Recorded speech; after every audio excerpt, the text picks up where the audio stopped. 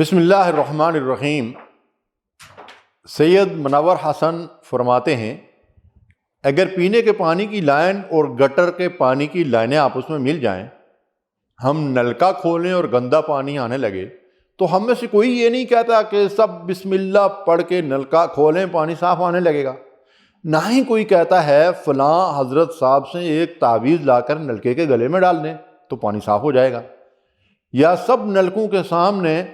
قرآن خوانی کی جائے، یا مولوی صاحبان سے کہیں جمعہ کا دن اجتماعی دعا کریں، ہو سکتا ہے یہ تدبیریں کارگر ہو جائیں، پانی صاف آنے لگے۔ ہرگز نہیں،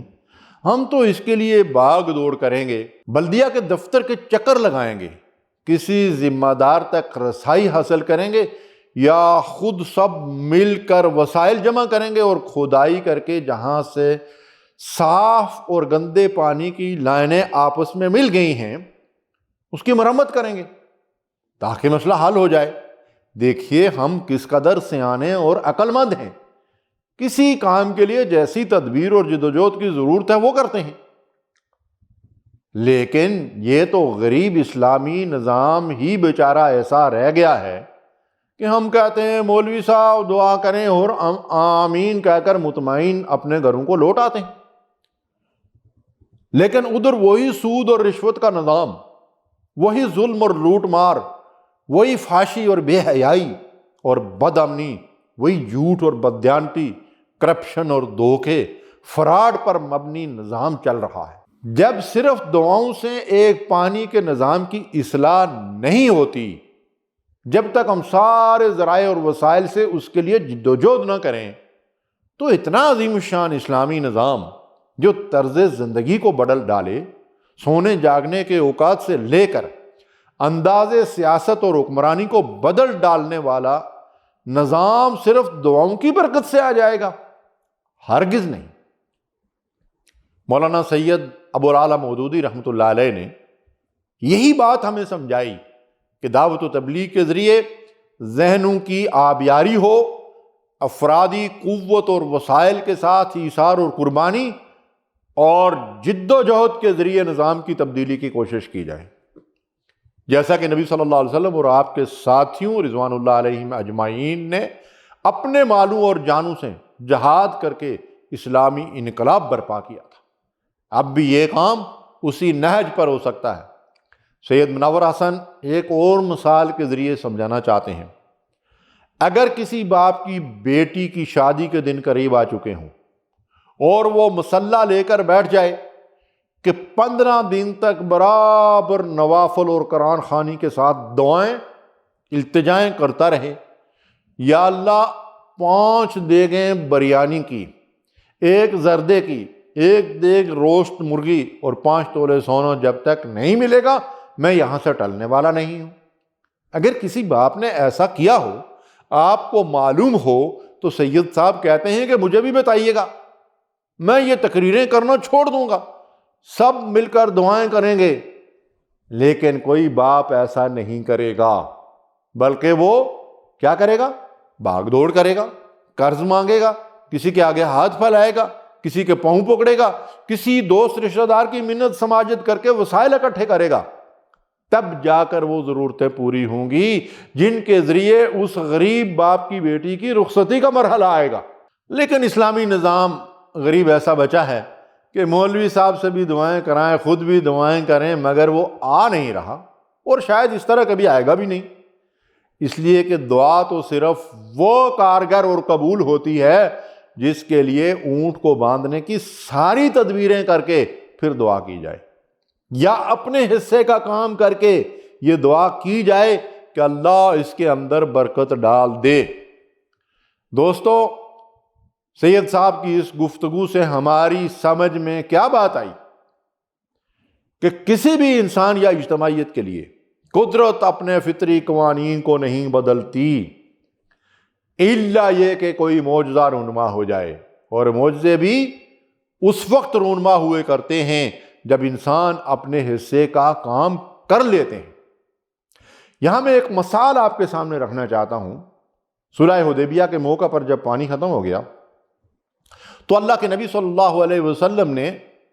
ساتھیوں سے کہا کہ وہ پانی کا مشکیزہ لے آؤ۔ حضور صلی اللہ علیہ وسلم نے پانی کے مشکیزے کو اپنے ہاتھ کے اوپر نچوڑنے کے لیے کہا، اس سے پانی کے چند قطرے نکلے جو رسول اللہ صلی اللہ علیہ وسلم کے ہاتھ اور انگلیوں پر گرے، اور اس کے بعد رسول اللہ صلی اللہ علیہ وسلم کے دست مبارک سے پانی کا چشمہ جاری ہو گیا۔ 1400 لوگوں نے اور جانوروں نے وہ پانی پیا۔ اللہ کے رسول صلی اللہ علیہ وسلم کے ہاتھ سے اللہ نے یہ جو معجزہ رونما کیا، اس میں کیا حکمت تھی؟ اللہ کے رسول صلی اللہ علیہ وسلم ویسے ہاتھ اٹھا کے دعا کر لیتے نا، لیکن اس سے یہ ثابت ہوتا ہے کہ جب انسان اپنی قوتوں اور توانائیوں اور اپنے وسائل کو نچوڑ لیتا ہے تب اللہ کی نصرت آتی ہے، تب معجزے رونما ہوتے ہیں۔ کہ جب انسان اپنے حصے کا کام کر لیتے ہیں، اللہ تعالیٰ ارشاد فرماتے ہیں جو لوگ اللہ کی راہ میں کسی مقصد کے حصول کے لیے جد و جہد کرتے ہیں جیسا کہ اس کا حق ہوتا ہے، تو اللہ کامیابی کا راستہ نہیں بلکہ بہت سارے راستے کھول دیتا ہے۔ وَالَّذِينَ جَاهَدُوا فِينَا لَنَهْدِيَنَّهُمْ سُبُلَنَا وَالَّذِينَ جَاهَدُوا فِينَا لَنَهْدِيَنَّهُمْ سُبُلَنَا۔ اللہ تعالیٰ نے تمام اہل ایمان کو اس بات کا حکم دیا ہے کہ اللہ کے دین کو، اس کی حاکمیت اور اقتدار اعلیٰ کو بالفعل قائم اور جاری کرنے اور اس کی شریعت کے احکامات پر عمل پیرا ہونے کے لیے